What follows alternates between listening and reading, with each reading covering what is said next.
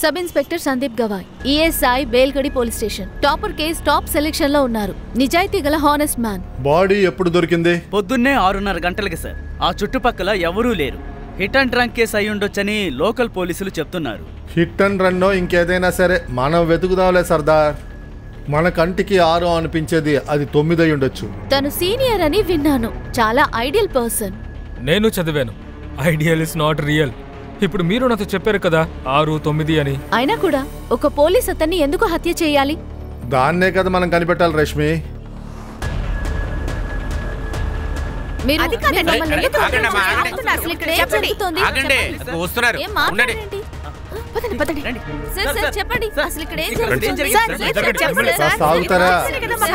మా పని మమ్మల్ని చేయమండి. అరే ఆగండి, నువ్వు ఉండు. ఇలా చూడండి, నేనేమి పత్రికలోని కాదు, ఏదో ఒకటి ఏదో స్టేట్మెంట్ ఇవ్వడానికి. నేను పోలీసుని ఇప్పుడే వచ్చాను కదా, విచారణ జరిపితేనే తర్వాత తెలుస్తుంది. తను విజయ్ శర్మ. Hello sir. అనిపిస్తుంది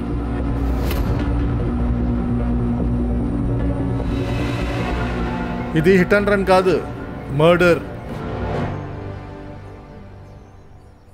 హిట్ అండ్ రన్ కేసులో సాధారణంగా బాడీ మీద టైర్ మార్క్స్ పడవు. హిట్ అండ్ రన్ కేసులో సాధారణంగా బాడీ పార్ట్స్లో బ్రెయిన్, హార్ట్, వెన్నెముక ఇవే డ్యామేజ్ అవుతాయి. పిఎస్ఐ సందీప్ హత్యకు గురయ్యారు. ఇదేమైనా హిట్ అండ్ రన్ కేసా లేక మర్డరా? పోలీసులకి ఇతని బాడీ ఓపెన్ స్పేస్ లో దొరికింది. పోలీస్ ఆయన్ని ఎవరు చంపుంటారు?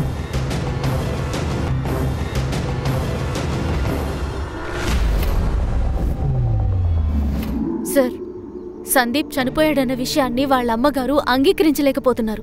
ఎలా ఒప్పుకుంటారు? సందీప్ తప్పితే వాళ్ళకెవరు లేరు. నెక్స్ట్ వీక్ సందీప్కి పెళ్లి పెట్టారు. నితిన్ సార్, పెళ్లికి లడ్డూ తినడానికి మాత్రమే రాకండి. 2 రోజులకు ముందు అన్ని పనులు చేయడానికి మీరు రావాలి. సరే పెద్దమ్మా, మేము వచ్చేస్తాం, ఖచ్చితంగా వస్తాం. పెద్దమ్మని పిలుస్తూ నైస్ గా తప్పించుకోకు. రావాలి అన్నప్పుడు వచ్చి తీరాలి. అదిగో నా కొడుకు కూడా వచ్చేశాడు. మీరు రాలేదనుకోండి, వాడు హోమగుండం చుట్టూ తిరగనే తిరగడు. ఇక్కడ కూడా మొదలు పెట్టేసావా? అరే ఏంట్రా నువ్వు? కాదురా, నేను కొంచెం చెప్పరా. ఆగరా నితిన్ సార్, మీరు తప్పకుండా రావాలి. వీడు ఇలాగే అంటాడు. ప్రాణానికి హాని కలిగే విధంగా సందీప్ ఏదైనా ఇన్వెస్టిగేషన్ చేశాడా? లేదు సార్, కానీ ఒకటి, ఆయన ప్రైవేట్గా ఏదో వెతుకుతున్నారు. దాని గురించి నాకేం తెలీదు. అవును సార్, 3 నెలల క్రితమే సార్కి ఇక్కడికి పోస్టింగ్ వచ్చింది. అప్పటి నుంచి నేను ఆయనతోనే ఉన్నాను. కానీ ఆయన దేనికోసం వెతుకుతున్నారో నేను కూడా తెలుసుకోలేకపోయాను. నితిన్, నీ వరకు నువ్వు ఇతను ఒక మంచి నిజాయితీ ఆఫీసర్ అంటున్నావు. మరి ఇంకెందుకు దాయడం? ఏ కేసు గురించి నీ దగ్గర కూడా చెప్పకుండా అతను దాచుంచాడు? సార్, నిన్న రాత్రి 7:30కి ప్రియా సాటేనని ఎవరో ఒక అమ్మాయి తనకి కాల్ చేసింది. నేను కాల్ లాక్ ని చెక్ చేశాను. అంతేకాకుండా వీళ్ళిద్దరూ 4 రోజుల నుంచి కంటిన్యూస్ గా మాట్లాడుకుంటున్నారు. సందీప్ యొక్క CDR మొత్తం నాకు కావాలి. Yes sir. ఎవరయ్యా ఈ ప్రియా? తెలుసా నీకు? తెలుసు సార్. వాళ్ళిద్దరి మధ్య ఏదో ఉంది, కానీ అదేంటో నాకు తెలీదు. నేను ఆ రోజు ఆయన్ని ఫస్ట్ టైం చూశాను. ప్రియా, ఏ బండి నాపు.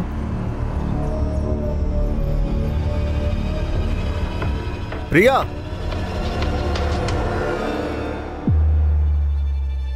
నేను సార్ని అడిగాను ఆ అమ్మాయి ఎవరు అని.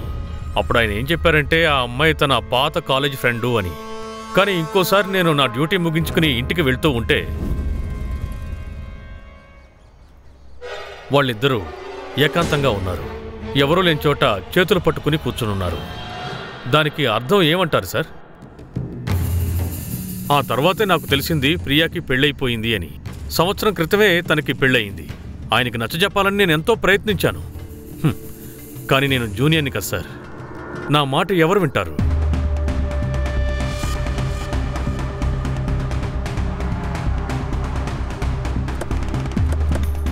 నీకు సందీప్కి రిలేషన్ ఏంటి? మేము ఇద్దరం కాలేజ్ ఫ్రెండ్స్. కాలేజ్ తర్వాత మా మధ్య అసలు కాంటాక్టే లేదు. యాక్చువల్గా మేమిద్దరం 1 వారం ముందే మీట్ అయ్యాం. నీ గురించి సందీప్ గురించి నీ భర్తకి తెలుసా? లేదు, నేను ఆయనతో దేని గురించి చెప్పలేదు. ఎందుకని? ఎందుకంటే అవసరం లేదనుకున్నాను. సందీప్ నా ఫ్రెండ్, దానివల్ల మీకు సమస్య ఏంటి? మేడం, ఫ్రెండ్ హత్య చేయబడితే ఇలాంటి ప్రశ్నలు వస్తూనే ఉంటాయి. నన్నే ఎందుకు? ఎందుకంటే ఫ్రెండ్షిప్కి మించి ఒక అనుబంధం ఉండొచ్చు. అలాగే మీ ఇద్దరి రిలేషన్షిప్ గురించి మీ హస్బెండ్కి తెలిసి ఉండొచ్చు అనుకుంటున్నాను. తను కోపంతో సందీప్ని చంపుండొచ్చు. ఏంటండి మీరు ఇలా మాట్లాడుతున్నారు? అవతల వాళ్ళకి తెలియనంత వరకు ద్రోహం జరుగుతూ ఉండొచ్చు. అలా ఏం చేశాడని సందీప్ కథని మీరు ఫినిష్ చేశారు. మీ డ్రామాని ఆపండి. సందీప్ నాకు బ్రదర్ లాగా. అతను మీకు బ్రదర్ లాంటి వాడైతే తన గురించి మీ భర్తకి చెప్పుండొచ్చు కదా. చెప్పకుండా దాచిపెట్టారంటే ఇంకేదో ఉండుండాలి. అసలు అలాంటిదేమీ లేదు. మకరంతో నేను లవ్ చేసుకుంటున్నాం. ఇద్దరు సంతోషంగా ఉన్నాం. మకరంద్ ఏం చేస్తుంటాడు? మార్కెట్లో ఆయన హోల్సేల్ బిజినెస్ చేస్తున్నారు. ఆ విషయం గురించే అప్పుడప్పుడు జల్గాకు వెళ్తూ ఉంటారు. అతని మొబైల్ నెంబర్ ఇవ్వండి. సార్, ఇదెందుకు నాకు లవ్ ట్రయాంగిల్ అనిపిస్తోంది. ట్రయాంగిల్ లవ్లో ఎవడో ఒకడు చావాల్సిందే. చరిత్ర కూడా అదే చెప్తుంది. సుతార్, ఈ మకరంద్ సందీప్ గురించి ఫుల్ డీటెయిల్స్ కావాలి. రష్మి, ప్రియా గురించి అన్ని విషయాలు తెలుసుకో. సార్, ఈ ప్రియా రాజా డాక్టర్ అటోలి కూతురు సార్. ఎవరయ్యా డాక్టర్ రాజా అటోలి? సార్, పేరుకే ఇతను డాక్టర్ సార్, కానీ ప్రజలు ఇతన్ని దేవుడు అంటారు. హార్టీ యాక్టివిస్ట్, ప్రజలకి చాలా హెల్ప్ చేస్తుంటాడు. పోలీస్కి ఇతనికి అస్సలు పడదు, ఎందుకంటే ప్రతి పోలీస్కి ఇతను కరప్షన్గా కనపడుతున్నాడు.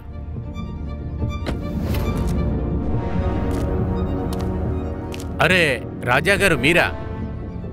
ఏమైందండి? ఏమైంది నీకు తెలీదా? ప్రజల సేవకులు సరిగ్గా సేవ చేయనప్పుడు నేను రావాల్సి ఉంటుంది. తనే మంజరి. వీళ్ల పూర్వీకుల భూమిని ఒక రౌడీ లాక్కోవాలని చూస్తున్నాడు. తను కంప్లైంట్ ఇచ్చింది, కానీ మీరు పట్టించుకోలేదు. అది వచ్చి రాజాగారు ఏమైందంటే అది... సనుగుతున్నారేంటి? మాట్లాడండి. తను విధవరాలు కావడం వల్ల కంప్లైంట్ని సీరియస్గా తీసుకోరా? తను ఒంటరిదని అనుకోకండి. తన అన్నయ్య ప్రాణాలతో ఉన్నాడు, రాజా అటోలే. ఇంకో విషయం, రేపటికల్లా రఘుకి ఒక ఏర్పాటు చెయ్యలేదనుకో, అప్పుడు ఎవరిని అడగకుండా నీ రెసిగ్నేషన్ లెటర్ నువ్వు ఇవ్వచ్చు. రేష్మి, ఇక్కడ ఒక కొత్త యాంగిల్ వచ్చింది. ఇందులో కూడా ఛాన్సెస్ ఉన్నాయి. రాజా అటోలీకి ప్రియా సందీప్ గురించి అన్ని విషయాలు తెలిసే ఉంటాయనుకుంటున్నాను. కోపంలో సందీప్ని హత్య చేసి ఉండొచ్చు. సార్, మనం ఎలాగైనా చెప్పొచ్చు, కానీ మనం డైరెక్ట్గా సందేహపడలేం. ఆయనకి ప్రజల సపోర్ట్ ఉంది. ఆయన ఇందులో ఇన్వాల్వ్ అయి ఉంటే ఆధారంతో మనం అక్కడికి వెళ్ళాలి సార్. దేవుడిగా భావించే ఆ డాక్టర్ క్లినిక్ ఎక్కడుంది? రండి. సార్, బయలుదేరుతున్నారా? ఈరోజు కాస్త లేట్ అయింది. నేను మీకోసం చేపల పులుసు తీసుకొని వచ్చాను. అద్భుతం. నా వీక్ పాయింట్ని సరిగ్గా కనిపెట్టేశావు. చేపల కూర అంటే నాకు చాలా ఇష్టం. అది నువ్వు చేసింది. మంచిదే, ఇంకా లేట్ అయినా పర్వాలేదు. ఒకటి చెయ్యి, నువ్వు ప్లేట్లు తీసిపెట్టు, నేను చేతులు కడుక్కొని వస్తాను.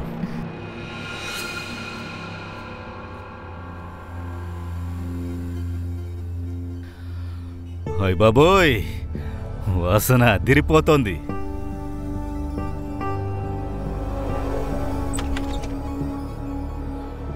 రండి నా వైఫు, రా. తను చేపల కూర తీసుకొచ్చింది. రండి, భోంచేయండి. మీకు ప్లేట్ తీసుకొస్తాను.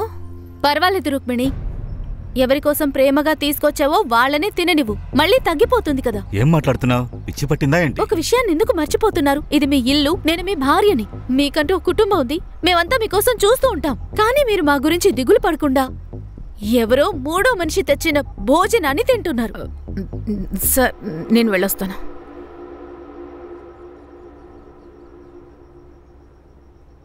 మెగా మాట్లాడడానికి ముందు ఆలోచించు. తనకు విధవరాలు, తనకు ఫ్యామిలీ లేదు.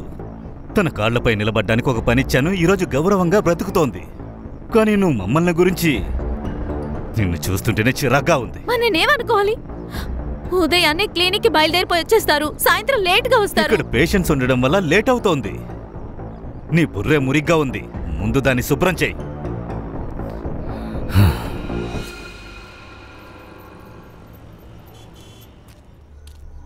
సందీప్, సందీప్! అరే మీరా, ఏంటక్కా, ఏమైంది? తాంబయ్య అన్న మా అబ్బాయి ఈ బాక్స్ ని తీసుకురావడం మర్చిపోయాడు. వాడికి ఇష్టమని బెండకాయ కూర కూడా చేశాను, అందుకే తీసుకొచ్చాను. సందీప్ ఎక్కడున్నాడు? అది అక్క, తను ఇప్పుడే పెట్రోలింగ్ కి వెళ్ళాడు. అయితే ఒక పని చేయండి, మీరు ఫోన్ చేసి వాడిని ఇక్కడికి రమ్మని చెప్పండి. ఈ లోపు నేను భోజనం వడ్డించేస్తాను. ఫోన్ ఇక్కడ పనిచేయట్లేదు. భోజనం అక్కడ పెట్టేయండి, నేను వాడికి చెప్తానులే. ఫోన్ వెళ్ళడం లేదా? సరే, పెద్దయ్య గారు వాడిని మర్చిపోకుండా భోజనం చెయ్యమని చెప్పండి, లేకపోతే వాడు మర్చిపోతాడు. తాంబే అన్న, అందులో పాయసం ఉంది, తాగండి.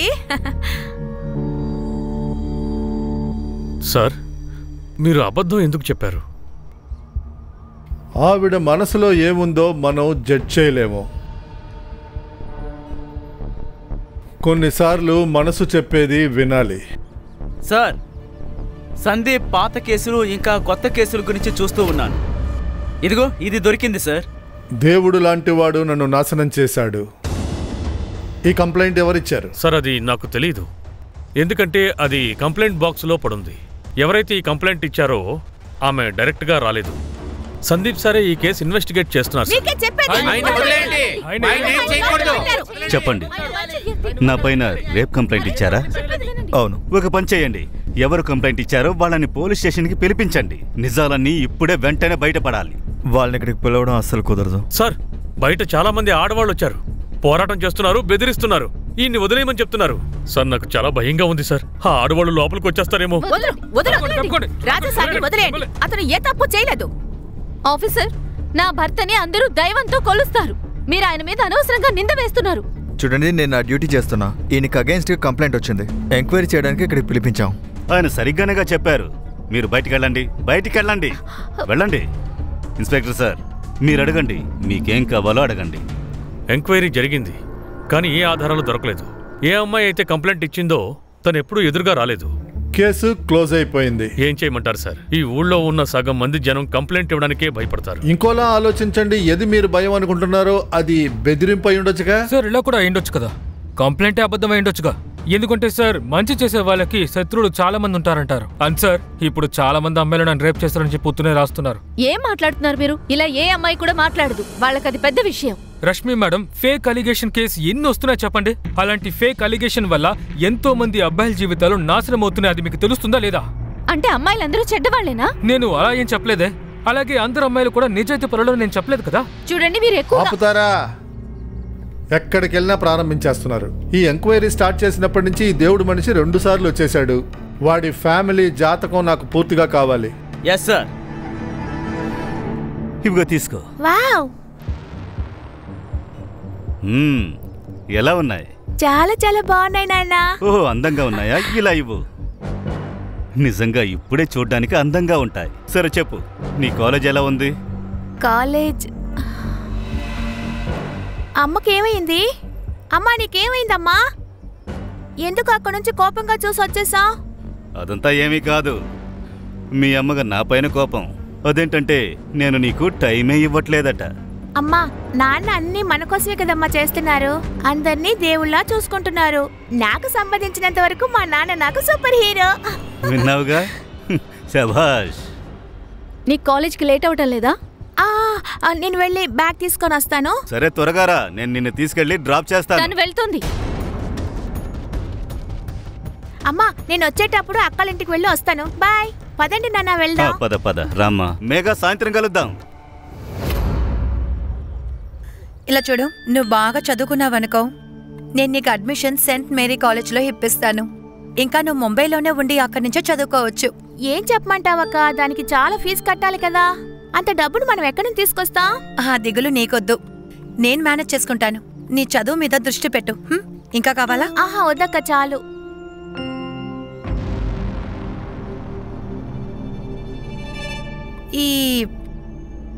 ఈ గాజులు ఎప్పుడు కొన్నావు? ఇవి పొద్దున్న నాన్నగారు నాకు ఇచ్చారు. ఎంత అందంగా ఉన్నాయో కదా. అవి తీసి కింద పడేయ్. ఇక్కడ ప్రతి విషయానికి కూలీ ఇవ్వాల్సి వస్తోంది. ఏది మనకి ఫ్రీగా రాదు, అది అర్థం చేసుకో. అక్క, ఆయన మన నాన్నగారు. నాన్నలాగా. నేనెందుకింత కోప్పడుతున్నానో మీ అమ్మనే వెళ్ళి అడుగు. నేను ఎవరిని ఏమీ అడగను. నన్ను చూస్తే నీకు కడుపు మంట. ఎందుకంటే నీకు ఇవ్వకుండా నాకు నాన్న ఇచ్చారు కదా, అందుకే కదా. ఇంకేం మాట్లాడుకు, నేను వెళ్తున్నాను. నీతో నేను చెప్పేది విను. నీతో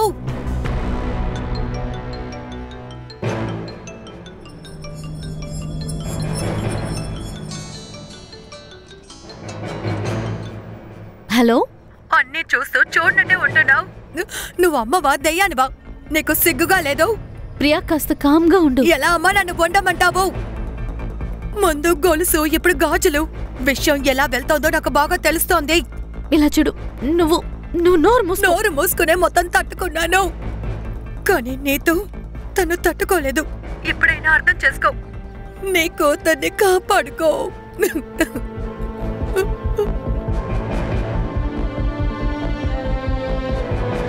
సార్, పోస్ట్ మార్టం ప్రకారం సందీప్ మరణం 11 to 3 మధ్య జరిగిందనుకుంటున్నాను. యాక్సిడెంటా?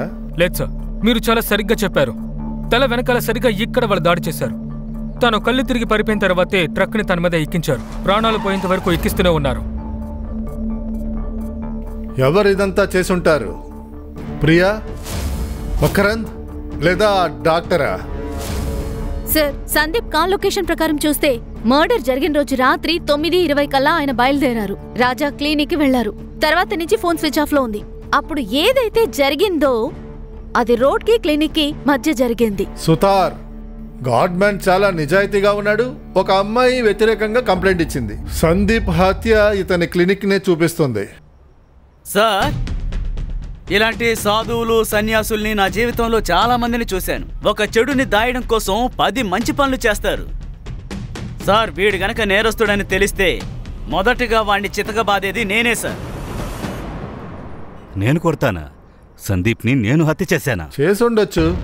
ఆ రోజు రాత్రి 10 గంటలకి మీ డిస్పెన్సరీ పక్కనే ఉన్నాడు. వాడి ఫోన్ ఇక్కడే స్విచ్ ఆఫ్ అయింది. జరిగినవన్నీ కూడా ఇక్కడే జరిగాయి. ఇలా చూడండి, నా క్లినిక్ మార్కెట్కి మధ్యలో ఉంది. అలాగే నాకు సంబంధించి నేనొచ్చి రాత్రి 9:40కి ఒక పేషెంట్ విజిట్కి వెళ్ళాను. పేషెంట్ పేరు శోభా వైద్య. రేష్మి, ఆ శోభా కథ ఏంటో చూడు. తర్వాత ఈ డాక్టర్ నైట్ లొకేషన్ ఏంటో వెరిఫై చెయ్యి. ఒకటి వీడు పెద్ద దొంగ అయి ఉండాలి, లేదా గాడ్ మ్యాన్ అయి ఉండాలి. సార్, సికాయత్ పెట్టి మీద వచ్చిన కంప్లైంట్ జెన్యూన్ అనుకుంటున్నాను. ఈ కేసుకి వాళ్ళకి ఎలాంటి సంబంధం లేదనుకుంటున్నాను. ఉండొచ్చు. ఒక పని చేయి సిద్ధార్థ్, గత 6 నెలలుగా ఇక్కడికి ఎవరైతే వచ్చి చెకప్ చేయించుకున్నారో ఆ లేడీస్ ని విచారించు. వాళ్ళ హ్యాండ్ రైటింగ్ శాంపిల్స్ తీసుకొని ఆ లెటర్ తో మ్యాచ్ చేయి. ఇది కేసుకి కొత్త యాంగిల్ ఇవ్వచ్చు. 6 నెలల్లో సూసైడ్లు, మిస్సింగ్ కేసులు, ఆ ఫైల్స్ అన్ని తీ. ఖచ్చితంగా ఏదో ఒకటి దొరుకుద్ది. అర్థమైంది సార్. సార్, మనం వెళ్దామా? రష్మి, మకరంద్ గురించి తెలిసిందా? జల్గావ్లో ఉన్నాడా లేక? తెలియదు సార్. గత 24 గంటల నుంచి తన ఫోన్ స్విచ్ ఆఫ్ లో ఉంది. ఇక లాస్ట్ కాల్ బేల్కడి బస్ స్టాండ్. మొగుడు పెళ్ళం కలిసి మనల్ని తప్పుదోవ పట్టిస్తున్నారా? ప్రియాని కలుద్దామంటారా? నువ్వు వెళ్ళు. నేనేం చెప్తున్నానో అదే చెప్పు. మకరంద్ ఎక్కడని నాకు తెలీదు. నీకే సమస్య రాలేదా? నీ భర్త కనిపించకుండా పోయాడు, కానీ నీ ఫేస్లో ఎలాంటి దిగులు తెలియడం లేదు. ప్రియా, నువ్వు సందీప్ని నీ ఫ్రెండ్ అనుకుంటున్నావు కదా. నీ ఫ్రెండ్షిప్ని ప్రూవ్ చేసుకునే టైం ఇదే. నాకు తెలుసు, సందీప్ లేకపోవటం వల్ల నువ్వు చాలా దిగులుగా ఉంటున్నావు. ఏదో తప్పు జరిగినట్టే ఉంది. వాడు చాలా సంతోషంగా ఉన్నాడు. నువ్వే సెలెక్ట్ చేసుకో. సందీప్, నేను తన ఫోటోని చూశాను. నేను సజెస్ట్ చేయగలను, కానీ చాయిస్ నీ చేతుల్లో ఉంది. మనం పని చేద్దాం, ఈ మూడింటిని కొనుక్కుందాం. అవునా? ఎంత ప్రేమ ఉందా? ఇప్పటి నుంచే ఇలాగే ఉండిపోయావనుకో, తర్వాత నువ్వు భార్య కొంగు పట్టుకుని తిరగాల్సి వస్తుంది. సందీప్ అసలు ఒక పర్ఫెక్ట్ హస్బెండ్. అమ్మాయిలు అదే ఇష్టపడతారు. నీకు మకరంద్కి మధ్య ఏదైనా ప్రాబ్లం ఉందా? మకరంద్తో నువ్వు సంతోషంగా లేనట్టు తెలుస్తోంది. చెప్పు ప్రియా, నీకు హెల్ప్ చేయటానికే వచ్చాను. మాకు పెళ్ళయ్యే సంవత్సరం అయింది. మకరంద్ పిల్లలు కావాలని మొండిపట్టు పట్టాడు. ఒకరోజు మేము డాక్టర్ని వెళ్ళి కలిశాము. అప్పుడే సమస్య నా దగ్గర ఉందని తెలిసింది. ఒక బిడ్డని కూడా ఇవ్వలేకపోయాను. అప్పుడే సందీప్ పోస్టింగ్లో ఈ ఊరికి వచ్చాడు. వాడితో నేను నా సమస్యలన్నీ చెప్పుకుంటాను. కానీ మకరంద్ ఇది అర్థం చేసుకోవడని నాకు బాగా తెలుసు. అందుకని సందీప్ విషయంలో వాడి గురించి నేను ఎక్కువగా చెప్పలేదు. సందీప్ మర్డర్ అలాగే మకరంద్ కనిపించకుండా పోవడం రెండిటికి ఏదో కనెక్షన్ ఉంది ప్రియా. నీకు తెలుసా మకరంద్ ఎక్కడుండొచ్చు? మకరంద్ ఎప్పుడు జల్గాకి వెళ్ళొస్తూ ఉంటాడు. అక్కడ వాడి ఫ్రెండ్ ఒకడు ఉన్నాడు, అజిత్ దేశ్ముఖ్. ఒకవేళ వాడికేమన్నా తెలిసుండొచ్చు. చూడండి సార్, వీళ్ళిద్దరి హ్యాండ్ రైటింగ్స్ కూడా మ్యాచ్ అవడం లేదు సార్. నా ఉత్తర అనారోగ్యం వల్లే చనిపోయింది సార్. రాత్రంతా ఏడుస్తూ ఉండేది. తనకి బ్రతకడం ఇష్టం లేదు, అందుకే తను ఆత్మహత్య చేసుకుంది. ఉత్తర రాజా టోలీకి పేషెంట్ కదా, ఇందులో వేరే విషయాలు కూడా ఉండొచ్చు. ఒక్క నిమిషం, మీరు రాజా సాబ్నే సందేహిస్తున్నారా? అరే, ఆయన దేవుడితో సమానం. నేను ఈరోజు ఆ స్కూల్లో క్లర్క్ ఉద్యోగం చేస్తున్నానంటే అది ఆయన వల్లే. నేను ఉత్తర కష్టాల్లో ఉన్నప్పుడు ఆయనే మమ్మల్ని ఆదుకున్నారు. చూడండి సార్, నేను ఈ విషయంలో మీతో ఇంకేమీ మాట్లాడదలుచుకోలేదు. ప్లీజ్ మీరు వెళ్ళిపోండి. నా భర్త చనిపోయి చాన్నాళ్ళవుతోంది సార్. ఇది ఏం అప్లికేషన్ ఫామ్? మేడం, మేము గ్రామ పంచాయతీ నుండి వస్తున్నాం. ఏం చేయమంటారు చెప్పండి? అంత గవర్నమెంట్ పని. ఎప్పుడు చూసినా కొత్త ఫామ్ అది ఇదైనా అడుగుతూనే ఉంటారు. అంతే, ఇంకేం లేదు. మీరు ఈ ఫామ్ ని ఫిల్ చేసేవండి, మిగతా విషయాలు మేము చూసుకుంటాం. ఓకే, తీసుకోండి. ఫిల్ చేసేవండి. ఇదిగోండి ఒత్తిడికి.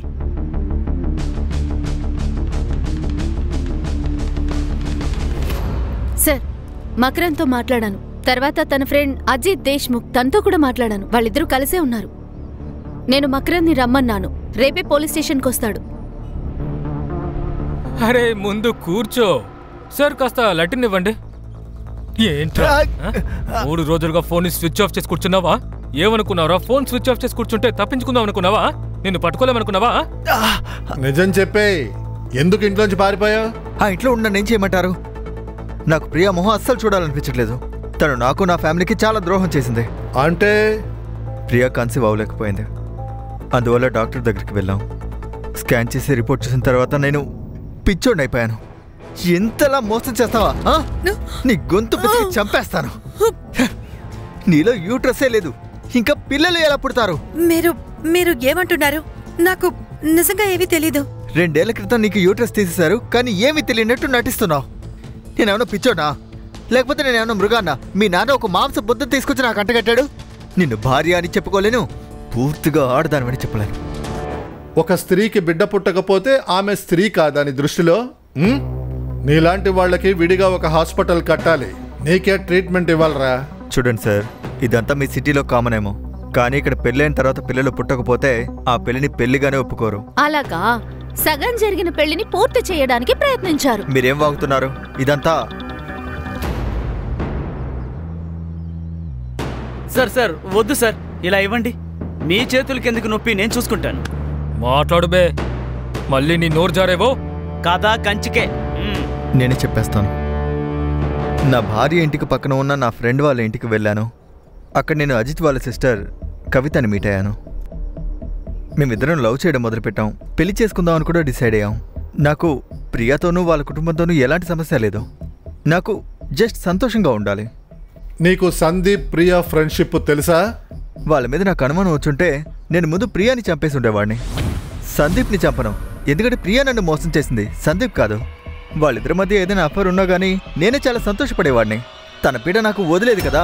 సరే వెళ్ళు, కానీ విను, ఎంత ముఖ్యమైన పనైనా సరే ఈ ఊరు నుంచి నువ్వు ఎక్కడికి వెళ్ళకూడదు. సరే సార్. మకరన్ నిజమే చెప్తున్నాడు. నేనే వాడి జీవితాన్ని నాశనం చేశాను. కానీ అసలు నా యూట్రస్ ని ఎప్పుడు తీశారో ప్రామిస్ గా నాకు తెలీదు. ఇది సాధ్యం కాదని నీకే తెలుసు. అంటే నీకు ఆపరేషన్ జరిగింది, అది నీకు కూడా తెలీదు. అది నేను ప్రెగ్నెంట్ అయ్యాను. ఐ వాజ్ రేప్డ్ అండ్ నన్ను బలాత్కారం చేసినవాడు ఇంకెవరో కాదు, మా నాన్న, డాక్టర్ రాజా అటౌలే. మా నాన్న చనిపోయిన తర్వాత మా పరిస్థితి దారుణం అయిపోయింది. అప్పుడు నాకు 14 ఏళ్ళు, నీతాకి 10 ఏళ్ళు.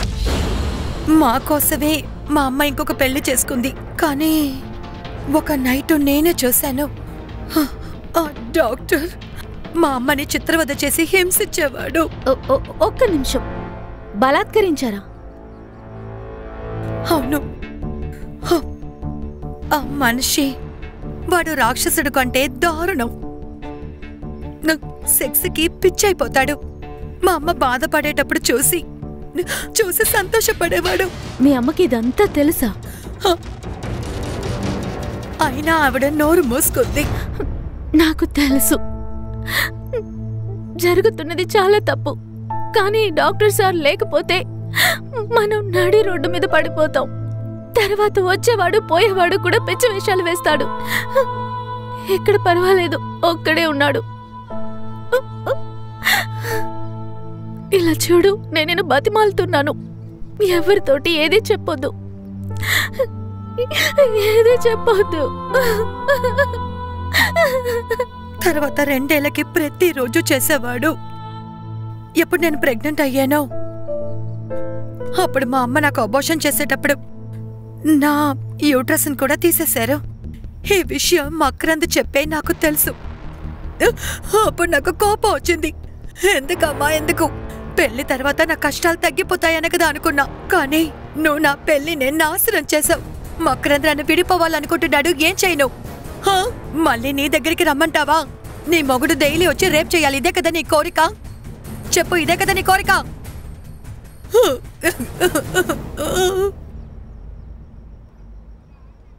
నాకు తోడెవరూ లేరు మేడం. ఎవరికి వెళ్ళి చెప్పుకోను? అప్పుడే నా ఫ్రెండ్ సందీప్ నేను కలిశాను. వాడితో మొత్తం నా కష్టాలన్నీ చెప్పుకున్నాను. నోరు మూసుకుని కూర్చుంటే న్యాయం దక్కదు ప్రియా. నువ్వు నోరు తెరిచి మాట్లాడాలి. మాట్లాడుకుంటే మొత్తం అయిపోతుంది. ఇప్పుడేమైనా నువ్వు సంతోషంగా ఉన్నావా? చూడు, నువ్వు అఫీషియల్ రేప్ కంప్లైంట్ ఇవ్వలేదనుకో, ఈ కేసుని నేను నా స్టైల్లో హ్యాండిల్ చేస్తాను. ఒకటి గుర్తుంచుకో, నేను నీకు న్యాయం కలిగేలా చేస్తాను.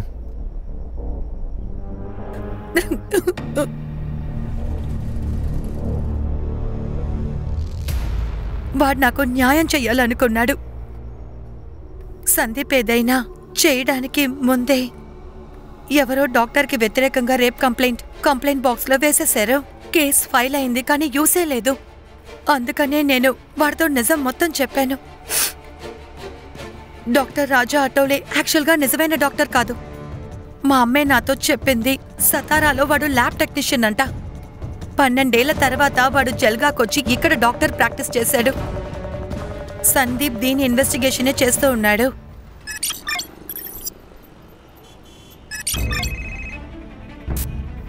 చెప్పు సుతార్. సార్, ఆ హ్యాండ్ రైటింగ్ మ్యాచ్ అయింది సార్. ఎవరితో మ్యాచ్ అయింది? శోభా వైద్యాది సార్. తనని మీట్ అవడానికే రాజా ఆ రోజు ఆటోలో బయలుదేరింది. కొన్నిసార్లు ఏమనిపిస్తోందంటే, నేను ఈ విషయాన్ని వాడితో చెప్పకుండా ఉండుంటే, ఒకవేళ ఈరోజు సందీప్ ప్రాణాలతో ఉండేవాడు. ఇలా జరిగినందుకు నేనే కారణం. జరిగిన దానికంతా నేనే కారణం. మీరే కరెక్ట్ సార్. చాలా దారుణమైన గుంటనక్క వీడు. సాధువులాగా నటించి రాక్షస పనులు చేశాడు వీడు. సరే, ఆ రాక్షసుణ్ణి చంపే సమయం వచ్చింది. ఆధారాలని కలెక్ట్ చేయండి. తర్వాత ఊరంతా వీడి ఊరేగింపు పెడదాంలే. సుతార్, వీడి నెక్స్ట్ టార్గెట్ ఎవరో చూడు. ఇప్పుడు ఎవరికి ట్రీట్మెంట్ ఇస్తున్నాడు? రష్మి, డాక్టర్ ఫేక్ అనే విషయం సందీప్కు తెలుసుంటే వాడు ఈ విషయంగా మెడికల్ కౌన్సిల్ ని కాంటాక్ట్ చేసి ఉంటాడు. అది వెతుకు. Yes sir. హ్యాండ్ రైటింగ్ గురించి ఏదైనా తెలిసిందా? హ్యాండ్ రైటింగ్ ఎక్స్పర్ట్ దాని మీద పనిచేస్తున్నారు సార్. వెంటనే దొరికేస్తుంది సార్. టైం లేదు. ఆధారాలు దొరకడానికి ముందు డాక్టర్ పారిపోతే మీ అందరినీ తరివి కొడతా. మీరందరూ ఏదేదో మాట్లాడేసుకుంటున్నారు. మా అబ్బాయికి పెళ్లి. తాంబి అన్నా, లడ్డు తినండి. మీరే కాదు, అందరూ తినాలి. పెద్దయ్య గారు నమస్కారం. మా సందీప్ పెళ్లి కార్డు తీసుకోండి. ఇలా చూడండి, కుటుంబం మొత్తం రావాలి. ఎలాంటి సాకులు చెప్పకూడదు. మరి నితిన్ సార్, ఒకరోజు పోలీస్ స్టేషన్ మొత్తం లీవ్ ఇచ్చేయండి. ఒక్కరోజు పోలీస్ స్టేషన్ లీవ్ ఇస్తే కొంపలేవి మునిగిపోవాలండి. అందరూ మా అబ్బాయి పెళ్లికి తప్పకుండా రావాలి. ఈ సందీప్ ఉన్నాడే ఎప్పుడు ఇక్కడ ఉండడు. ఏంటో అన్ని పనులు నేను ఒక్కదాన్ని చూసుకోవాలి. ఏ సాధన, నువ్వు కూడా రావాలి, మర్చిపోకు. సార్, పరిస్థితి చాలా తీవ్రంగా ముదురుతోంది సార్. ఆవిడ మైండ్లో నుండి ఈ షాక్ని ఎలాగైనా పోగొట్టాలి. లేకపోతే జీవితాంతం పాపం సందీప్ కోసం ఎదురు చూస్తూ ఉంటుంది. సార్, తనింకా సందీప్ బాడీని కూడా క్లెయిమ్ చేయలేదు సార్.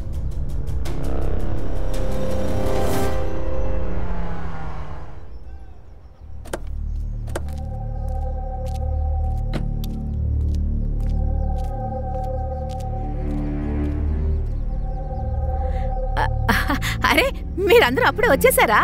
చాలా పనులున్నాయి. నేను ముందు వంటవాడిని వెళ్ళి కలిసి రావాలి. తాంబే అన్నా, పెళ్లి రోజు మీరే కారుకి బాగా డెకరేట్ చేయాలి. ఆ తర్వాత నేను పోలీస్ కార్ వేసుకెళ్లి స్వయంగా నా కోడల్ని నేనే తీసుకొస్తాను. అక్కడ పనులన్నీ మీరిద్దరు తప్పకుండా చూసుకోవాలి. అరే, మీరిద్దరు ఇక్కడే నిలబడి ఉన్నారేంటి?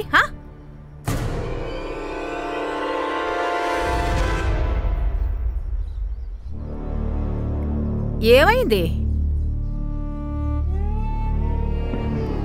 వీడేంటి పడుకున్నాడు? సందీప్ కి యాక్సిడెంట్ అయింది. వాడు తప్పించుకోలేకపోయాడు. పెద్దయ్య గారు ఏటి మాట్లాడుతున్నారు? వీడు నిద్రపోతున్నాడు. సందీప్ మనతో లేడమ్మా. వాడి బాడీ డ్యామేజ్ అయింది. ఈరోజు అంతిమ సంస్కారాలు చేయాలి. ఒకసారి వాడి ముఖాన్ని చూడండి.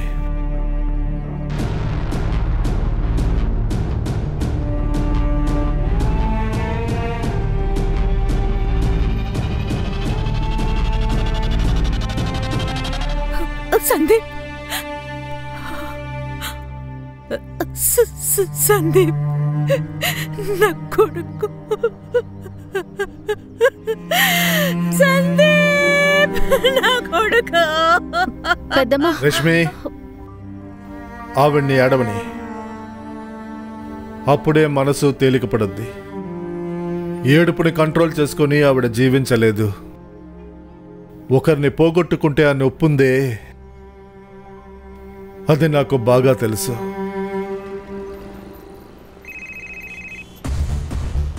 చెప్పు సుతార్. సార్, ఆ హ్యాండ్ రైటింగ్ మ్యాచ్ అయింది సార్. ఎవరితో మ్యాచ్ అయింది?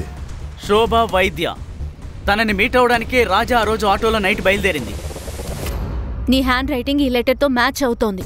ఆ దేవుడు లాంటి మనిషి నిన్ను రేప్ చేశాడని నువ్వు రాసావు. సందీప్ హత్య జరిగిన రోజున ఆ మనిషి నీతోనే ఉన్నట్టుగా అతనే చెప్తున్నాడు. నిన్ను మీట్ చేయడానికి నీ ఇంటికి వచ్చాడంట. దాంతోపాటు నీ ఫోన్ లొకేషన్ డాక్టర్ క్లినిక్ లో ఉంది. మీరు క్లినిక్ లో ఉంటే అప్పుడు డాక్టర్ అక్కడేం చేస్తున్నారు? అంతా పూర్తయింది. విషయం వెలుగులోకి వచ్చేసింది. నిజం చెప్పేయండి, లేదంటే మర్డర్ కేసు నమోదు చేసి దీన్ని ఇంతటితో ఇక్కడే మూసేస్తాం. ఆ తర్వాత మీ అబ్బాయి మిమ్మల్ని కలుసుకోవడానికి జైలుకి రావాల్సి వస్తుంది. నేనేం చెయ్యలేదు సార్. నేను కేవలం ఒక అబద్ధం చెప్పాను. డాక్టర్ సార్ నాతో నైట్ ఉన్నట్టుగా అబద్ధం చెప్పాను. ఎందుకంటే ఆయన నన్ను భయపెట్టారు, అందుకే అబద్ధం చెప్పాను. సరే, ఇప్పుడు నిజం చెప్పు. ఒకరోజు నాకు అస్సలు ఒంట్లో బాగోలేదు. నేను డాక్టర్ దగ్గరికి వెళ్ళాను. ఏమీ లేదు శోభ, నీకు ఒక చిన్న ఇంజెక్షన్ వేస్తాను, నయమైపోతుంది. సరేనా? చేయి చూపించు. అంతే, ఇప్పుడు కంప్లీట్ రెస్ట్ దొరుకుతుంది.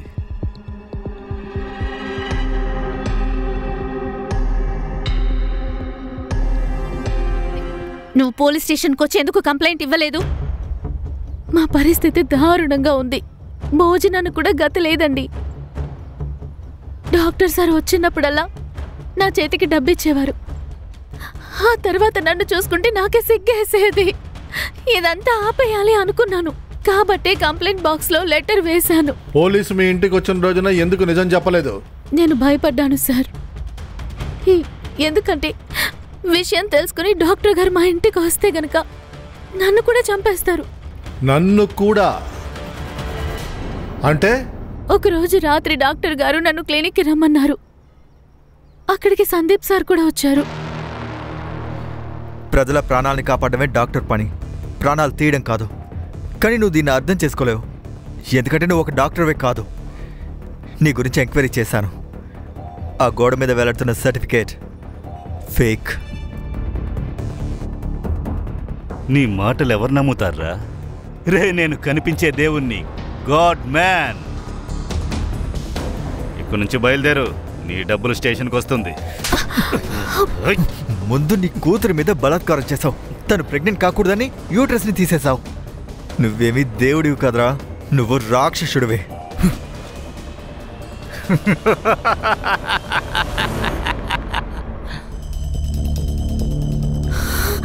షాక్ అవుతున్నావేంటి? వాడేమీ చావలేదు, స్పృహ తప్పి పడిపోయాడు. నువ్వు ఫోన్ ఇవ్వు, ఇవ్వు త్వరగా. ఇవ్వు. అరే ఇవ్వవే. విను, రాజా మాట్లాడుతున్నాను. ఎవరికి కాల్ చేశాడు వాడు? ఎవరికి కాల్ చేశారు చెప్పు. అది నాకు తెలీదు, కానీ తర్వాత నన్ను ఇంటికి వెళ్ళిపోమన్నారు. కానీ ఉదయాన్నే న్యూస్ చూసినప్పుడే సందీప్ సార్ చనిపోయారన్న సంగతి తెలిసింది.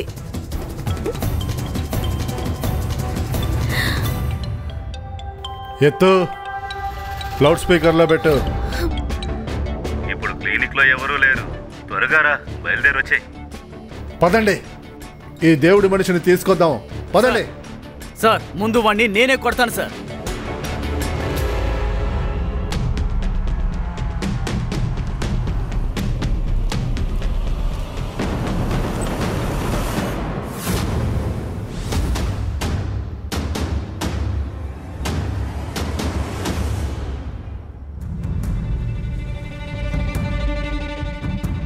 Sir he's no more. Sir తనని మెడపీస్కి చంపారు. ఇప్పుడు వీణ్ణెవరు చంపారు? ఏంట్రా బాబు తల తిరుగుతుంది? వీడిని ఎవరు చంపారో వాడికి బాగా తెలిసిపోయింది. అంటే శోభ వాంగ్మూలం ప్రకారం సందీప్ని ఇక్కడున్న ట్రాఫీతోనే వీడు చంపాడు. దీన్ని ఫారెన్సిక్ కి వెంటనే పంపించండి. అలాగే సార్. సార్ రాజా శోభాకి కాల్ చేశారు. అలాగే 2 నిమిషాల తర్వాత ఈ ఫోన్కి ఒక కాల్ వచ్చింది. ఎవరిది? మకరంద్ నుంచి. హలో, ఓకే సరే సార్. ఇది చూడండి, రాజా ఆ రోజు రాత్రి శోభా ఫోన్ నుంచి మకరంద్ ఫ్రెండ్ అజిత్ కి ఫోన్ చేశాడు. మకరంద్ ఫోన్ ని ట్రేస్ లో పెట్టు. సుతార్, బాడీని పోస్ట్ మార్టానికి పంపించు. ఇవాళ రాత్రి రాజా శోభా ఫోన్లోంచి అజిత్కి ఫోన్ చేశాడు. అజిత్ ఫోన్ని మకరంద్ లిఫ్ట్ చేశాడు, ఎందుకంటే వాళ్ళిద్దరూ అక్కడ కలిసి ఉన్నారు. తర్వాత మకరంద్ ఇక్కడికి వాడికి హెల్ప్ చేయడానికి వచ్చాడు. సార్, మకరంద్ లొకేషన్ దొరికింది.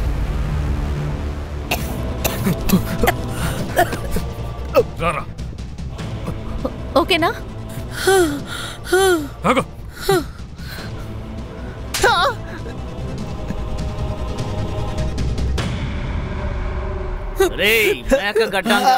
టక్కు టక్కున జరిగిందంటే చెప్పరా. నేను కవిత పెళ్లి చేసుకోవాలని డిసైడ్ అయ్యాం. కానీ నా బిజినెస్ మొత్తం లాస్లో ఉంది. ఈ విషయం అజిత్కి కూడా తెలిసిందే. వాడు నా ముందు ఒక కండిషన్ పెట్టాడు. అంటే నా చెల్లెల్ని పెళ్లి చేసుకోవాలంటే నాకు 25 లక్షల రూపాయలు ఇవ్వాలి అన్నాడు. నేనేం చేస్తాను? టెన్షన్ వచ్చి ఇంటికి వెళ్ళడం కూడా మానేశాను. కానీ ప్రియా నాకు కాల్ చేసిందే. డాక్టర్ సార్ తనని రేప్ చేశాడని నాతో చెప్పిందే. అందువల్లే తను ప్రెగ్నెంట్ అయిందంట. కానీ ఈ విషయం తెలిసిన వెంటనే ఆ డాక్టర్ తన యూట్రస్ని తీసేశాడు. కానీ ఈ స్టోరీ అంతా విన్న తర్వాత నా బ్రెయిన్కి డబ్బు సంపాదించే ఐడియా తట్టింది. నన్ను బలాత్కారం చేసినవాడు ఇంకెవరో కాదు, మా నాన్న డాక్టర్ రాజా అటౌలే. నేను కాల్ రికార్డ్ చేయడం చాలా మంచిదైంది కదా, లేకపోతే నాకు ఈ ఏటీఎం కార్డు దొరికేదే కాదు. ఇక నేను ఎప్పుడెప్పుడు డబ్బులు అడుగుతానో అప్పుడు నువ్వు నాకు డబ్బులు ఇవ్వాలి. హే, నువ్వేం టెన్షన్ పడకు, నేను ఎవ్వరికి ఏ విషయం చెప్పను. కానీ ఒక్కటే, నాకు గనక డబ్బు రాలేదనుకో ఈ ఆడియో క్లిప్ వైరల్ అవుతుంది. ఇంకా నువ్వు నీ కూతురు ఇద్దరు కలిసి సూసైడ్ చేసుకోండి. ప్రతి నెల నాకు డబ్బు వచ్చేదే, నేను సంతోషంగానే ఉన్నాను. కానీ ప్రియా నాకు మాటిమాటికి కాల్ చేసి డిస్టర్బ్ చేసేది. అందుకని నేను నా ఊరికి వెళ్ళి నా మొబైల్ ఆఫ్ చేస్తాను.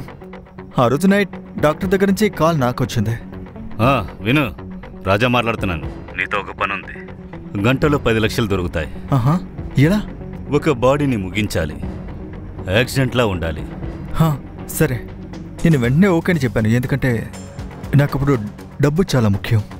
అజిత్కి ట్రాన్స్పోర్ట్ బిజినెస్ ఉండేది కాబట్టి వాడికి చెప్పకుండా వాడి బండిని తీసుకుని అక్కడికి వెళ్ళిపోయాను. క్లినిక్లో నుంచి బాడీని తీశాను. పక్కనే మనుషులు లేని రోడ్డు మీదకి తీసుకువెళ్ళాను. పొద్దునే నా సొంతూరుకు వెళ్ళిన తర్వాతే తెలిసింది తను ఒక పోలీస్ ఆయనని. బేల్గాడిలో బేల్గాడ్ పోలీస్ స్టేషన్లో పిఎస్ఐ సందీప్ హత్యకు గురయ్యారు. డాక్టర్ సార్ నాతో ఒక పెద్ద గేమ్ ఆడారు. తన ఐడెంటిటీని ఆయన దాచాడు. ఆ తర్వాత కూడా వాడు నీకు డబ్బిచ్చాడు కదా, బంగారు గుడ్డు పెట్టే బాతుని ఎందుకు చంపావు? నాకు టిప్ దొరికింది. డాక్టర్ తన స్థలాన్ని అమ్మేసి 3.5 కోట్లు పెట్టుకున్నాడు. కానీ వాడు అగ్రిమెంట్ వేయడానికి ముందే చనిపోయాడు. అప్పుడు బేసికలీ ఆ డబ్బు బ్లాక్ అయిపోయింది. నేను వెంటనే ఆ డబ్బుని సొంతం చేసుకుందామని అనుకున్నాను. కాబట్టి నేను డాక్టర్ దగ్గర నుంచి ఎలా డబ్బులు లాక్కోవాలని ప్లాన్ చేశాను. మకరంద్ నీకు 10 లక్షలు ఇస్తాను, ఇంకా 1 లక్ష ఎక్కువగా ఇస్తాను. నాకు నీ 10 లక్షలు అక్కర్లేదు. నాకు నీ దగ్గర ఉన్న 3.5 కోట్లు కావాలి. 3.5 కోట్ల? నువ్వు నన్ను మోసం చేశావు కదా.